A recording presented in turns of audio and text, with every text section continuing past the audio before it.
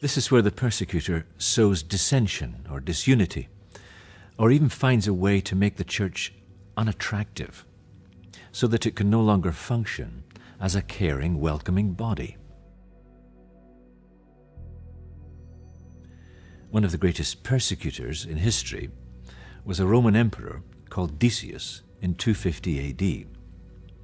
And he knew how to do this. It was the 1,000-year anniversary of the Roman gods.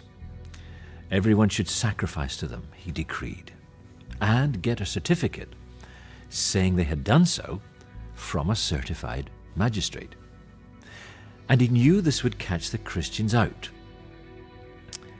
But some of them offered bribes to the magistrate, saying they had actually sacrificed when in fact they hadn't.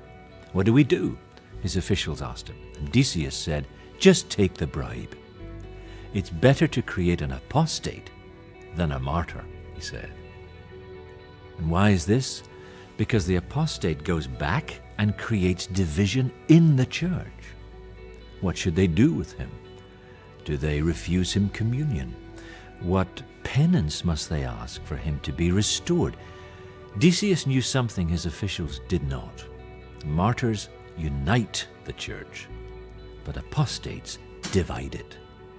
So create apostates, not martyrs. That was very smart. So smart, he nearly wiped out the church. He knew if you compromise the community of faith, it pushes people away from that community. I remember this tactic being carefully employed in Romania in the Cold War. There was a Baptist pastor who enjoyed a fruitful ministry until a few years in he noticed that his congregation was no longer really receptive to his preaching. The church began to lose members. It failed to make the impact on the city that it once did. And this was a great grief to the pastor, but he put it down to the providence of God, that he'd been sent some years of growth, and he would just have to deal with some lean years as well. But the hardened hearts of his congregation had actually nothing to do with God at all, as he found out a few years later. After the fall of communism, one of his elders asked to see him privately one day, and the elder wept, and he confessed that when he had first joined the church, he had been a member of the secret police. And he said to the pastor, "We knew the influence you were having, so I was sent into the church to spread a lie. I watched for a few months, I gained the trust of the believers, and then I began to spread my poison. I began to gossip it about, that I suspected the pastor, you, were having an affair with a lady in the choir. And I was very careful not to have the lie traced back to me, but if you leak a little gossip, it spreads like wildfire." And the gossip had its effect, and the bond of trust between pastor and people was eroded. And the pastor's ministry became compromised, and he never even knew it. For 10 years the church declined, all because of the insidious power of gossip, a lie carefully placed to circulate and compromise the community. The pastor got together with that elder, and they both shared a sermon the following Sunday after the confession. And their text was James 3:5. "How great a forest is set ablaze by a small fire, and the tongue is a fire."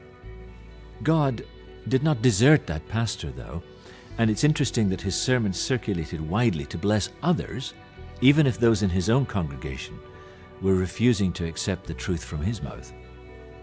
And of course, the secret agent was converted under his ministry 8 years after he joined the church. Compromised communities, they rob the church of its power by sowing disunity, and the devastating effect is clear because no one wants to join a compromised community that's full of infighting and hypocrisy and hurt. But true unity is possible. We can always flip this tactic around. If compromising the community ruins the church, then the way we can revive the church is to ensure that our church is open, honest, caring, loving. It's not easy. Paul tells the Ephesians, make every effort to keep the unity of the Spirit through the bonds of peace. Effort. That's hard work. And that can mean going to the pastor and asking if that rumor is true. It might mean speaking up and saying that truth was not honored. It might mean pressuring the church to do more for the community instead of being smug in its worship. That might mean hanging in with the church even when the decisions are not ones you like. Nothing fills a church quite like honesty in the spiritual life. Otherwise, why would the book of Psalms be most Christians' favorite book?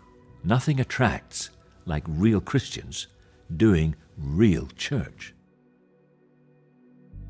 And there's a country where Christianity is totally banned, North Korea, a communist madhouse.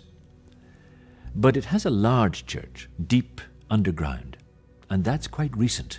When there was a famine in the late 90s, thousands fled. They crossed the border into China.